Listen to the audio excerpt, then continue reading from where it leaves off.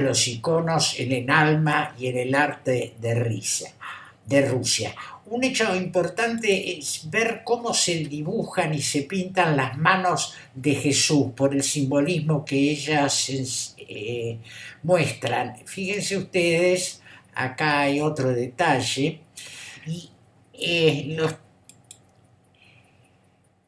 fíjense ustedes que lo que están haciendo es reproduciendo el nombre de Jesucristo, ¿no? La unión del pulgar con el anular juntos no solo forman la letra C, sino que simbolizan la encarnación, la unión de las dos naturalezas, divina y humana, en la persona de Cristo. El meñique se curva formando otra C, y así esto se ve en el Pantocrátor de Santa Sofía y también en un mosaico de la famosa iglesia de San Apolinar en Ravenna. Es interesante, como ustedes, el problema es que esta simbología de las letras es en letras del alfabeto ruso, ¿no? Es decir, las dos superiores dice Jesús y las dos de abajo Christus, ¿no? Es interesante que el Greco, que se formó como pintor en el monasterio que se encuentra en la isla de Patmos, las pinturas que realizó durante cuando emigró hacia Occidente, también conserva esta forma de pintar la mano de Jesucristo. Esto para resaltar el simbolismo que estos rasgos implican. Bueno, creo que esta diapositiva la vimos en la conferencia anterior. Esta es una sala de la Galería Tetriakov, galería que se encuentra en Moscú y que guarda una colección de arte realmente impresionante, y entre ellas tiene una sala dedicada a los iconos. Cuando se produce en Rusia un renacer del arte de los iconos y se restauran los viejos iconos, se descubre todo un universo de color realmente maravilloso. Y la Galería Tetriakov compra una cantidad importante de iconos que realmente es una de las colecciones más importantes de iconos rusos. Y acá a la derecha de la pantalla ustedes ven el famoso icono de la Santísima Trinidad de Rublev, que ya vamos a ver a lo largo de esta charla. Bueno, esta es la famosa Virgen de Vladimir.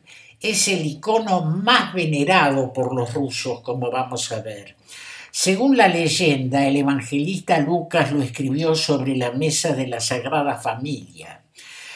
Hasta el año 450, según la tradición, el icono estaba en Jerusalén y luego fue trasladado a Constantinopla. Otros autores sostienen que el icono en realidad es bizantino y que fue pintado en el siglo XII. Precisamente en ese siglo, el patriarca Luca Chrysotrus otorgó la imagen a Yuri Dolgoruki, el príncipe ruso de Kiev, que la traslada a la ciudad de Kiev. Allí estuvo el icono durante bastante tiempo, pero misteriosamente 3 veces descendió desde el lugar en el que se lo veneraba, como si no quisiera quedarse allí. Finalmente el hijo de Yuri Dolgoruki sacó el icono secretamente porque los residentes de Kiev no se querían separar las imágenes. Según los cronistas, la Madre de Dios eligió el lugar para quedarse en la empinada orilla del río Kliazma en Vladimir. Los caballos se encabritaron de repente y se negaron a dar un paso más, por lo que el icono fue llevado a la Catedral de la Asunción de Vladimir. Luego, se trasladó a la Catedral de la Anunciación en el Kremlin. Durante muchos siglos, príncipes, reyes, patriarcas y la gente común oraron fervientemente ante esta gran mediadora durante los desastres, guerras, incendios, saqueos y epidemias. Y su ayuda también se reveló en la lucha contra el gran Tamerlán, que era un líder militar y político turco-mogol, y que fue uno de los últimos grandes conquistadores nómades de Asia Central. Es interesante que conmemorando este evento, ¿no es cierto?, en las cercanías, en Moscú, se levantó un monasterio, que es el monasterio de Sretensky de Moscú. Y ahí incluso se construyó una catedral que se llamó de la recepción del icono de Nuestra Señora de Vladimir. Sretensky, el nombre es precisamente, está vinculado con la recepción o con encuentro, porque la palabra en su origen ruso significa recepción, encuentro. A menudo se usó como santificación de las tropas que iban al combate y para recibir a los dignatarios que visitaban Moscú. Está presente en todos los acontecimientos políticos del país como el verdadero tesoro sagrado de la nación. E incluso la Iglesia Ortodoxa rusa tiene una conmemoración, una divina liturgia que evoca la recepción de este icono que se celebra los días 6 de julio. Es interesante destacar que este icono estuvo durante muchísimo tiempo en una sala de la Galería Tetriakov, pero era tal la cantidad de gente que iba a venerarlo que fue necesario sacarlo de la galería porque obstruía el paso de todos los visitantes. El icono combina dos tipos, el que se llama de Odigitria, que es la que muestra el camino, porque como ustedes ven, la mano izquierda de la Virgen lo muestra, lo señala, como diciendo este es el camino, la verdad y la vida. Pero a su vez también tiene otro tipo, que es el llamado tipo Elousa o Virgen de la Ternura y la Misericordia, porque estrecha al niño contra sí misma, ¿no? Fíjense ustedes que esta representación de la Virgen es justo el polo opuesto de lo que puede ser el estilo de Rafael con sus Madonas, ¿no? Su vestido está adornado con 3 estrellas, una encima de la frente y las otras sobre los hombros, que son el signo de la virginidad perpetua. Sus ojos contemplan el infinito. Como decíamos, este icono debió retirarse de la sala y hoy en día se encuentra en una iglesia que está prácticamente pegada a la Galería Tetriakov, que es San Nicolás de Tornachi, ¿no? Y aquí lo ven ustedes en esta iglesia, ¿no es cierto?, con un altar para su veneración que es especial.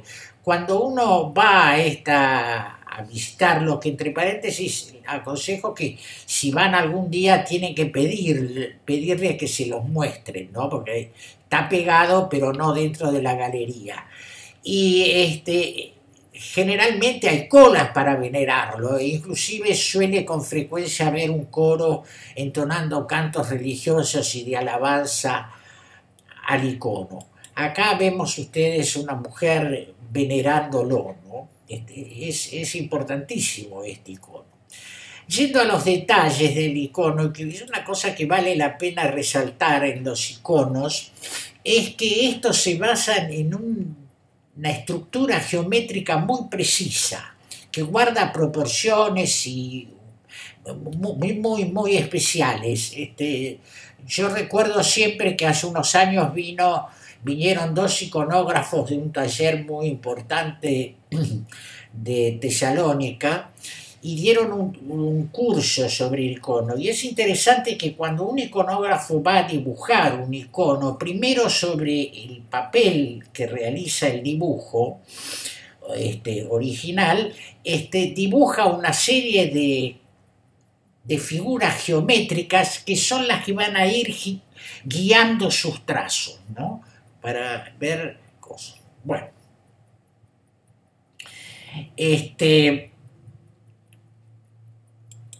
Bueno, vamos a entrar un poco en el famoso icono de la Santísima Trinidad, que es el más famoso y el más importante de los iconos que se conservan. Como decíamos la otra vuelta, el icono surge en una atmósfera espiritual, en una contemplación, en una preparación del alma para pintar el icono. Este es un icono de uno de los santos más famosos de Rusia, que es San Sergio Radonez, ¿no? Es interesante que este santo funda un monasterio que está dedicado a la Santísima Trinidad, que hoy en día se conserva y es uno de los monasterios más importantes y más visitados en peregrinaciones por el pueblo ruso e inclusive por muchos extranjeros. Acá lo ven ustedes al monasterio. La iglesia o catedral que se ve prácticamente en el centro, que tiene 3 cúpulas azules y una dorada, es la primera iglesia dedicada a la Santísima Trinidad. Y es precisamente Andrei Rublev, que fue el que pintó el icono de la Santísima Trinidad, ¿no? Fue monje y discípulo de esta atmósfera espiritual, ¿no es cierto? Y es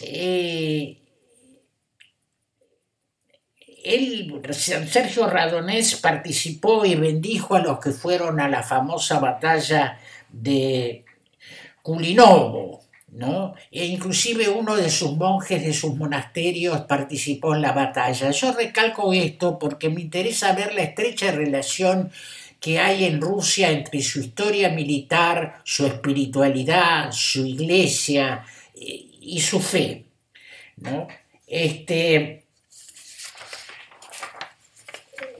Tal es así que el príncipe, que antes de esta batalla fue a pedirle un consejo a San Sergio Radonez, y dice, y lo bendijo y le dijo: es vuestro deber, Señor, cuidar del rebaño de Dios que ha confiado en vuestras manos. Adelante entonces contra los herejes y conquistadlos en nombre del poder divino. Dios permita que tornéis con el bien para dar a Él toda la gloria de vuestra hazaña. Esto lo recalco por lo que decíamos de la unión estrecha que hay en la cultura rusa entre su historia militar y su espiritualidad. Bueno, el famoso Andrei Rublev se supone que nació alrededor del año 1360 y falleció en el año 1430 y fue canonizado por la Iglesia Ortodoxa rusa. Es impresionante que la influencia hasta el día de hoy, ¿no es cierto?, en la cultura rusa, de este icono que él pinta de la Santísima Trinidad, e inclusive su persona. Fíjense ustedes, hay un film famoso del gran cineasta ruso Tarkovsky, que se puede ver por internet, sobre la vida de Rublev. Pintó numerosos iconos, pero el más famoso de todos es el de la Santísima Trinidad. Es la obra más famosa de él.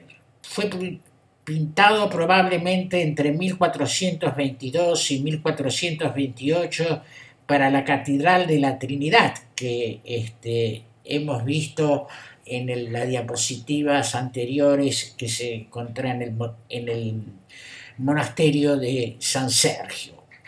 Y como ustedes ven, lo que es importante es recalcar que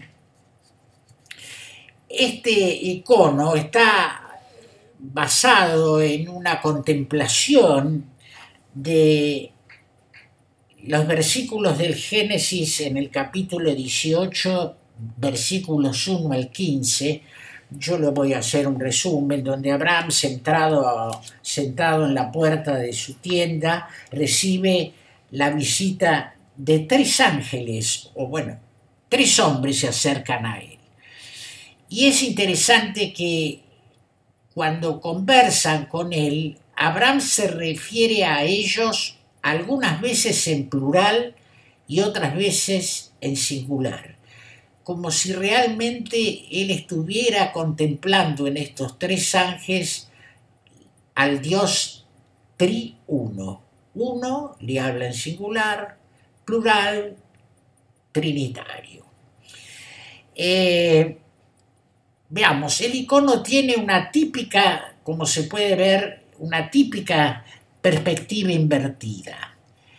Tiene una claridad profunda y transparente que nunca se había logrado antes ni se ha logrado después. Y fíjense ustedes que la mayoría de los iconos son de colores más bien oscuros. En cambio este, como decíamos, tiene una profunda claridad, con tonalidades claras y luminosas que parecen emitir una suave luz. Ha sido imposible reproducirlo. Se aparta de las raíces bizantinas, se rusifica, toma precisamente los colores no del canon cromático tradicional bizantino, sino de la naturaleza rusa que lo circunda, ¿no? Y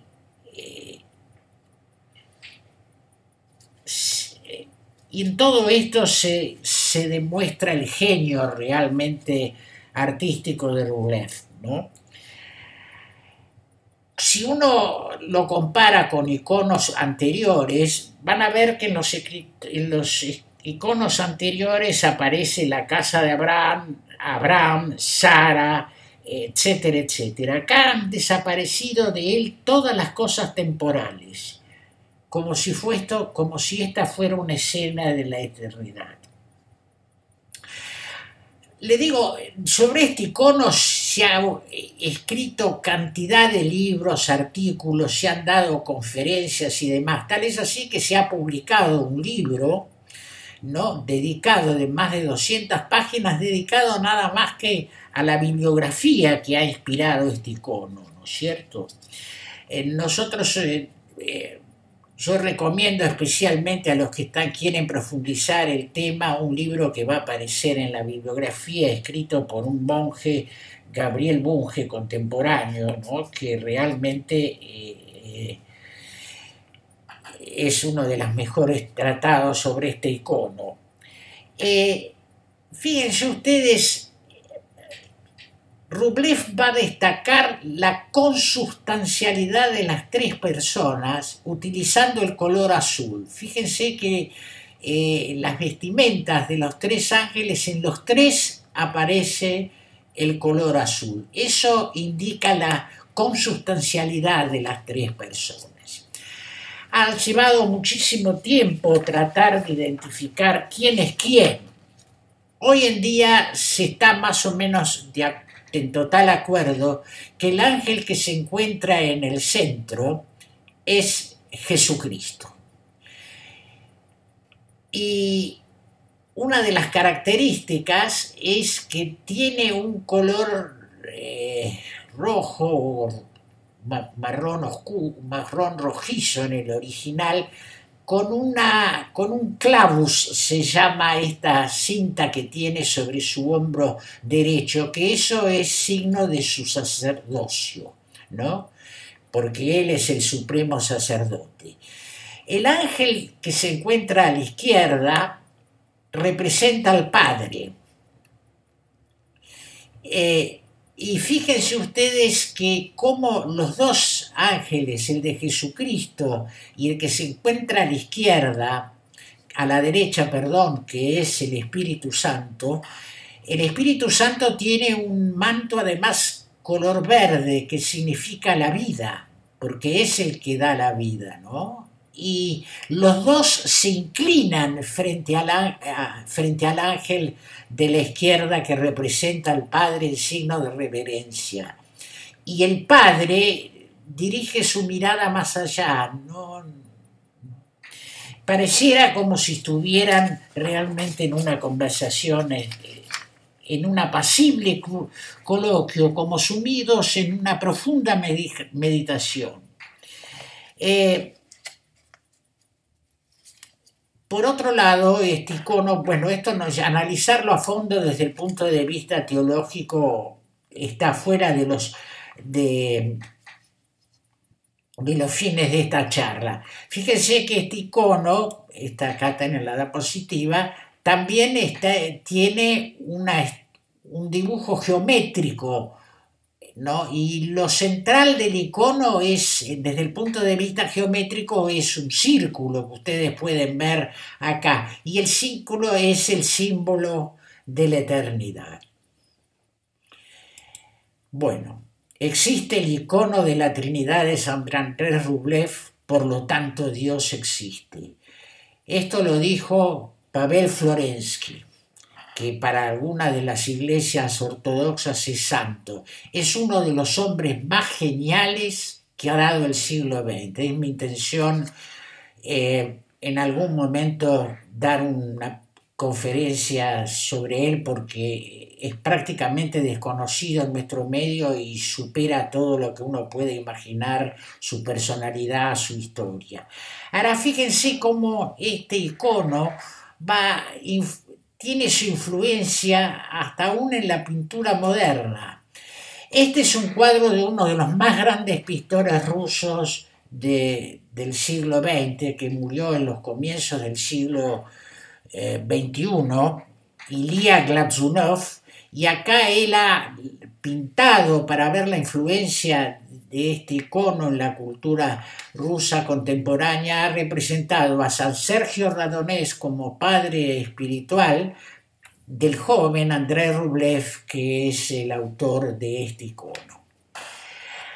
Ahora, para recalcar la influencia de los iconos y de la religión ortodoxa en el arte ruso, este es un cuadro monumental, pintado también por Ilya Glazunov. Mide más o menos 3 metros por 6 metros, y se llama precisamente La Rusia Eterna. Y en La Rusia Eterna, ¿no es cierto?, ustedes ven cómo él ha representado toda la historia de Rusia y su espiritualidad y su historia y su literatura. Nos llevaría un rato muy largo hablar precisamente de este simbolismo de este cuadro, pero yo quiero recalcar en ustedes, fíjense cómo está representado el icono de la Santísima Trinidad y otras, la Virgen de Vladimir, ¿no?, y otros iconos famosos, y que todas las figuras que se encuentran en la parte inferior, casi todas ellas están pintadas en una forma iconográfica. Bueno, como decíamos,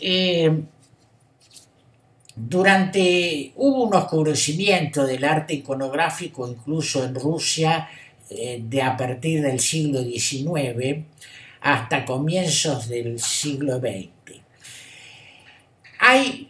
Yo voy a presentar dos grandes iconógrafos rusos prácticamente contemporáneos del siglo XX y XXI, perdón.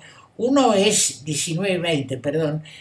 es el famoso Leónidas Uspensky. Leónidas Uspensky es uno de los más grandes iconógrafos y prácticamente el creador de toda una rama de la teología, que es la teología del icono. Este hombre participó en la Revolución Rusa, inclusive peleó bajo el Ejército Rojo. En una batalla contra los rusos blancos, él fue tomado prisionero y estuvo a punto de ser ajusticiado y milagrosamente se salvó de ser ejecutado por las fuerzas del Ejército Blanco, pero cuando el Ejército Blanco es derrotado por los revolucionarios, él huye de Rusia y se exilia en París. Ahí él estaba muy interesado en la pintura y sentía que era su vocación ser pintor y concurre a una academia que eh, dirigía una hija nada menos que de León Tolstoy en París. Ahí él conoce a un personaje que vamos a hablar un poco después, que se llamó Gregorio Kruk o Gregory Kruk, que ya era monje y un hombre de una profunda espiritualidad. Y es interesante que él un día le hace una apuesta y le dice, ¿por qué no pinta un icono? Dice, y va a ver lo que hay atrás de los iconos y usted se va a convertir, le dice. Bueno, la cuestión es que Leónidas Upensky, a pesar que en ese momento era ateo, recorre los negocios de los anticuarios de París y compra y mira y estudia los iconos y el arte iconográfico, etcétera, etcétera, y se pone a pintar un icono y termina convirtiéndose y pidiendo su admisión en la Iglesia Ortodoxa. Acá tienen ustedes un iconostasio pintado por Leónidas Upensky. Acá tienen ustedes las puertas reales de una iglesia también pintadas por Leónidas Upensky. Las puertas reales, le digo, ustedes vieron las iglesias rusas tienen como una pared o como un muro que separa el altar de la nave y en él se encuentran tres puertas, la norte, la sur y las puertas reales que son estas que están representadas acá. A su vez, este es otro de los grandes iconos pintados por Leónidas Upensky, Cristo en su gloria. Quiero recalcar otra vez a los lados de la cabeza de Cristo se encuentran lo que un poco habíamos hablado. Fíjense que los dedos reproducen el simbolismo que habíamos visto. Y por otro lado están dos letras en griego, IC a la izquierda y XC, digámosle, para no darle los nombres griegos, hacia la derecha. Y ambas tienen una raya encima. En general, la grafía que se ve en los iconos es tradicional. Y una raya encima de algunas letras significa que la palabra está abreviada. Por lo tanto, IC es Jesús y XC Cristo, ¿no? Es decir, bueno. También se inspiró para pintar sus iconos en la vida de Santa Genoveva de París. Este es el icono que la representa. Y acá tienen un Cristo pintado por él, contemporáneo. Como decíamos, ahora vamos a hablar de Gregorio Krug. Gregorio Krug murió antes que Leónidas Upensky, a fines del siglo XX, y era monje y era un hombre. Y vivió en esta Esqueta. Esqueta es lo que vendría a ser un monasterio chico que se ubica en las afueras de París. Acá viene una de sus obras, que hizo, pintó una iglesia antigua en París donde se reunían los ortodoxos rusos emigrados para que vean cómo era su arte. Este es un Cristo pintado por él, que si bien es muy original, conserva todas las características de los iconos tradicionales. Y fíjense que ahí están resaltado la estructura geométrica que va guiando los dibujos. Acá tienen una Virgen de la Ternura, que es la que figura en los anuncios de esta serie de conferencias. Vale la pena citar esto que ustedes ven es una oración nada menos que de San Dionisio el Areopagita. Deseo que tu imagen se refleje sin cesar en el espejo de las almas y las conserve puras, que vuelva a levantar a los que están encorvados hacia la tierra y que dé esperanza a los que contemplan e imitan este eterno modelo de la belleza. Es interesante que Krug va a apartarse también, al igual que Rublev, de los colores tradicionales del arte ruso, de la iconografía rusa, y va a utilizar los tonos claros y luminosos, ¿no? Y esta es su representación de la Santísima Trinidad, que también, como ustedes ven, utiliza colores muy claros, ¿no es cierto? Y hasta hay una tendencia a la abstracción, ¿no es cierto?, en las figuras. Bueno, yo quiero recalcar la influencia de los iconos en las guerras y en el ejército y en la historia militar. Este es el famoso icono de San Jorge, que es un símbolo, ¿no?, en Rusia. Ahora, fíjense, como ustedes ven, San Jorge está lanceando al dragón. Y es interesante que en el Museo de la Memoria de la Guerra Patriótica o de la Segunda Guerra Mundial, que se encuentra en Moscú, que es una maravilla desde el punto de vista arquitectónico y artístico, a la entrada tiene este monumento que utiliza como símbolo de la batalla y de la derrota del dragón a San Jorge, ¿no? Y veamos acá, esta es una pintura contemporánea del arte de uno de los pintores, Kuznetsov, de este siglo, donde ustedes ven la presencia de un icono en una batalla, ¿no? Y acá ustedes ven un guerrero con un icono atrás, ¿no? Y es interesante que hay uno de los grandes guerreros de Rusia, célebre por su derrota a los otomanos también, es Alejandro Nevsky. Alejandro Nevsky fue un militar y derrotó a los turcos en una batalla muy importante y ha sido santificado. Inclusive, fíjense ustedes, este es un icono dedicado a Alejandro Nevsky.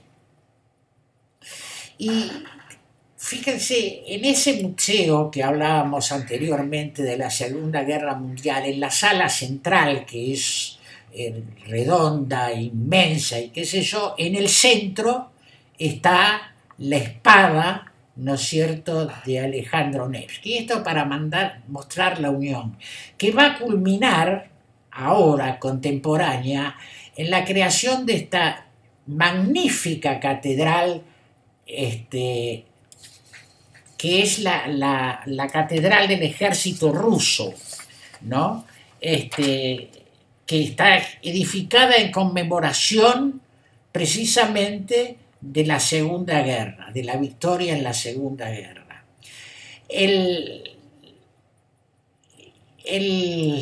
Acá tienen ustedes el interior, el día que se celebró la consagración de esta catedral. Esto fue hace pocos días, pocos meses, ¿no es cierto? Ustedes ven, la catedral se llama de la Resurrección, y ustedes fíjense la imagen que tiene sobre el altar al fondo que simboliza la resurrección de Jesucristo.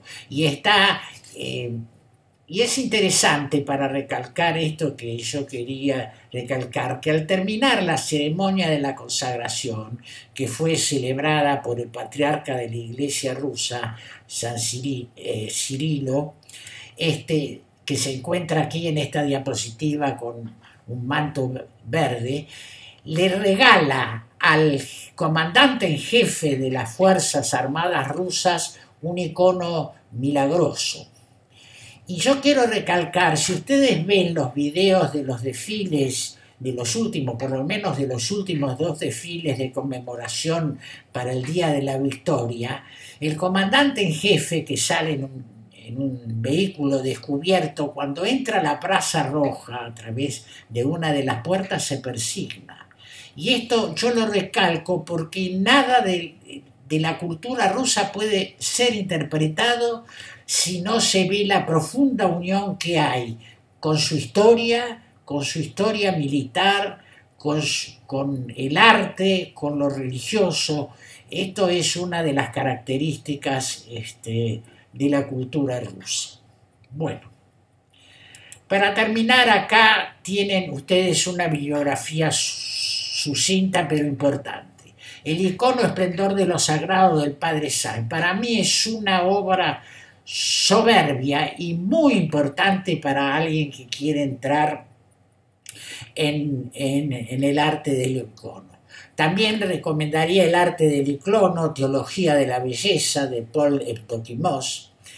Y cito El ascenso y descenso del alma por la belleza de Leopoldo Marechal, porque muestra cómo realmente el alma, a través de la belleza de la contemplación, ¿no es cierto?, luego al contemplar esa belleza la traslada en su alma, la traslada, la ve, la tiene en su alma y la transmite a los iconos. El icono y el hacha, una historia interpretativa de la cultura rusa. Lo hemos citado al comienzo de eso. Creo que es lo mejor que se ha escrito sobre la cultura rusa y su historia. Y es interesante que tuvo como asesor para escribir esta historia a uno de los grandes teólogos rusos del siglo XX, George Florovsky. La obra, para el que quiera profundizar sobre el tema teológico y la visión religiosa del icono, la obra fundamental es La teología del icono de Upensky. Creo que hay traducción al castellano. Para los que saben francés, acá tienen la dirección de internet de una serie de conferencias de un sacerdote ruso, Nicolás Ossolini, que es iconógrafo y ha sido discípulo nada menos que de Leónidas Upensky. Y acá les digo, lo mejor que se ha escrito a mi modo de ver sobre la Trinidad de Rubbés es el libro de Gabriel Bunge. Y para los que quieran también profundizar la simbología del icono y su significación metafísica y estética, este sitio en internet que tiene 3 artículos excepcionales sobre este tema. Bueno, les dejo a ustedes acá mi mail, cualquier duda, cualquier consulta, cualquier cosa que yo pueda hacerles de alguna utilidad, a sus órdenes. Bueno, muchas gracias.